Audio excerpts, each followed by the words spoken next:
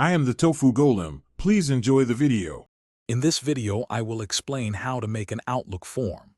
First, you will need to enable the Developer tab in Outlook. This tab provides access to all the tools necessary for designing and publishing custom forms. Once enabled, you can begin creating forms that streamline data collection and automate various workflows directly within your email client, enhancing efficiency for you and your team.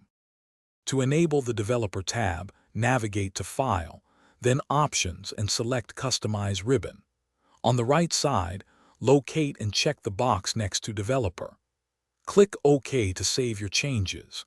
This tab will now appear in your Outlook ribbon, providing you with the necessary tools to begin designing and customizing your very own Outlook forms. With the Developer tab active, open a new message and click Design a Form. This opens the form design environment. You can drag and drop various controls such as text boxes, combo boxes, and command buttons onto your form. Customize each control's properties, including its name, caption, and initial value, to suit your specific data collection needs. Once your form is designed, publish it to a forms library.